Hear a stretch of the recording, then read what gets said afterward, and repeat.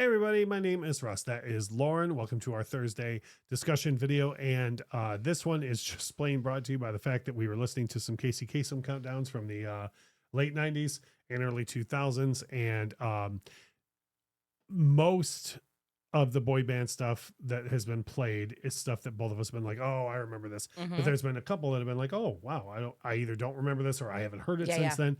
So I could have almost told you like, oh, this is going to be a video from Lauren. So here we are. Yeah. And the only stipulation that I really put on myself was that I couldn't pull from the big two. I was not going to pull from Backstreet Boys or NSYNC for this. I would argue that, I mean, maybe I'm wrong. I don't think either of them have any songs that people would have forgotten about. Right.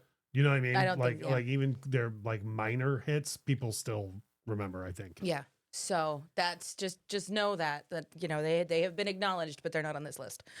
So I'm opening it up with who was like so close to being the third one in that top tier, 98 Degrees, their song Because of You. And I will tell you this, in preparation for this list, I watched the video for this several times, and Nick Lachey really liked going like this, you know, and you could tell that he was really feeling something going on here. The lyrics are not profound, but I'll tell you what, this is so catchy, and you're the right age and the right place at the right time. This song is going to make you feel something. There are some things from that era that I do think end up being, whether or not they were accidental or the song ended up in different hands than the songwriter intended. There are some things from that era that I think are profound, or you're like, wow, that's deeper than I thought. But yeah, this is not one of them. This is not one of them. But it also doesn't. It doesn't have to be. There's a place for this. Yeah, absolutely. You know, in the comment section on the YouTube video for the song, everybody's just like, man, this song's making me feel like I'm 12 again, or, you know, just like feeling really good listening to it. So, I mean, if nothing else, it's got that going for it. Yeah. I mean, that's kind of the whole thesis of this channel is like, feel good, be positive. Like, you know, there's more to find good than complain about. And I think when these genres go through these, not renaissance, but when they get a bump in popularity, again, we saw it happen with disco. It happens with hair metal. It's grunge. I'm sure we'll come back to where it's, you know, the thing again. And when these happen, I think a lot of people realize that there's a lot more good going on than they remember it, you know, from these so-called bad genres or whatever, you know, like when they go, oh my, there was a lot more good music there than I remember. Yeah. So the next one. This is more of a parody of the genre than the genre itself. However, I think if you ignore the lyrics and the fact that the group itself is clearly a parody, this song is solid and very funny. It's by Together, and it's called The Hardest Part of Breaking Up is Getting Back Your Stuff. And as an appreciator of comedy music, I think this is just beyond brilliant, right? Because like I said, with that 98 Degrees song, the lyrics don't have to be deep or profound to like hit somebody somehow. And guess what? The hardest part of breaking up is getting back your stuff. Actually, yeah, it's so true. What's funny about this is that I didn't at the time, other than Backstreet Boys and NSYNC, I didn't really follow many people from the genre closely. But I worked in music retail at the time, and when the Together album came in, when the box of CDs came in, I knew nothing of them. But the hype sticker on it said like features the hardest part of breaking up. And I literally said to someone, I'm like, this has got to be a parody group, right? Like I just based on the name of the song, I was like, because if not, this genre has gone completely over the shark. Yeah. Like, and what's so interesting about it is I had friends who legitimately enjoyed Together. No, not like they weren't all the way in on the joke. Yeah. They just really liked it. And I'm like, yeah. Well, I mean, it's probably a lot of the same moving parts in the machine that brought those guys together. Yeah. You know what I mean? Same deal. Yeah. The next one. So when you think about boy band, right, and especially at this time where I'm talking, you're mostly thinking about 3 to 6 guys standing around singing together. Yeah. Okay. I think like 5's the magic number. 5 is the magic number. That's why, you know, 3 to 6. You know, you give them a little swath. But this is more of a power pop boy band. The Click 5, the song Just the Girl.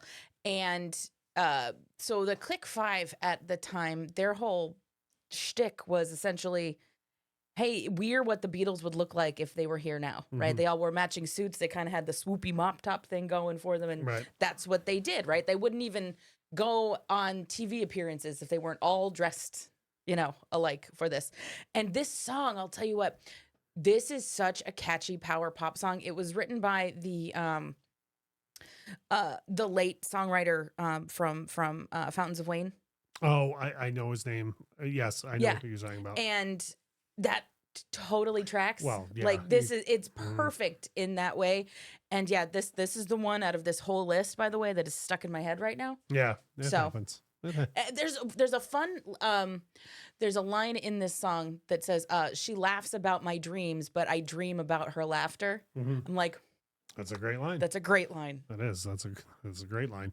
The next one you have coming up is a group who I think started off as a Monkees type thing. Sure did on They the were show just kinda- Making the Band. Yeah, they were just kind of put together, and then they actually went like the same thing as the Monkees, and we're like, no, we can really do this. Yeah. O-Town. And the song I'm going with here. Where are they from? O-Town. Okay, Yeah, I yeah. know. I know, it's funny.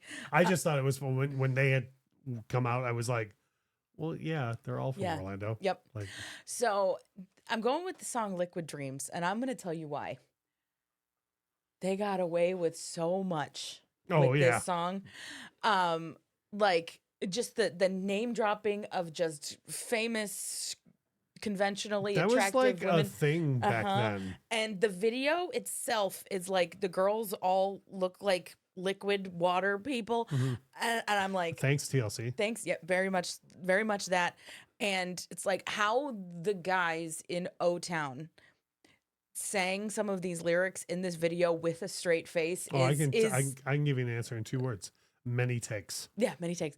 I mean, it's You got to remember, this was the videotape era, so things weren't filmed anymore. All you Yeah. do is delete a file and retake it.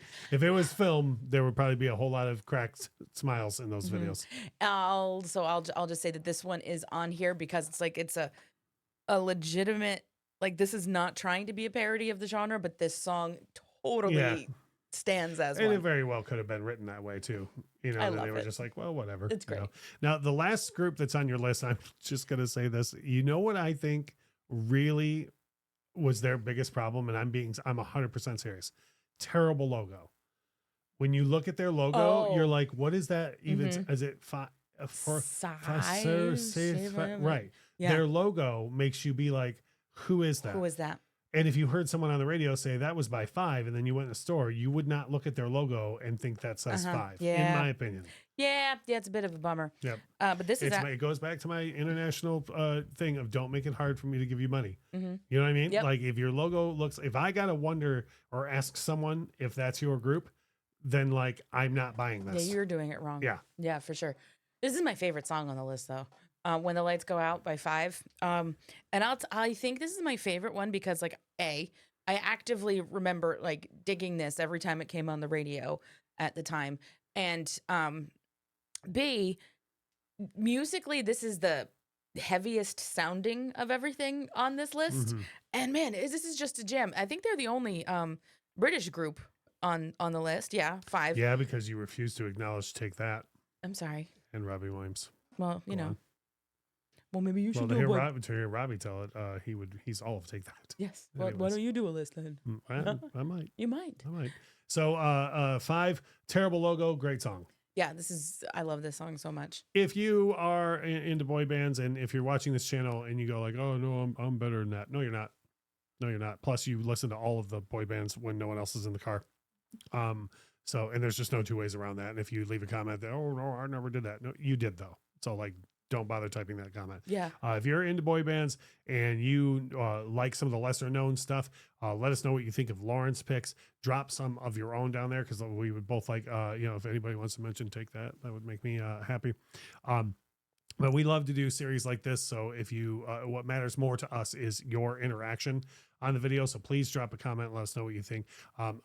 Hitting the like button helps out a lot. But to me, I'd rather have more discussions with everybody on what you think of the songs we picked and the songs you would have put on the list as well, or stuff we should listen to. So once again, that is Lauren. My name is Russ. And as we always say, thank you so much for watching.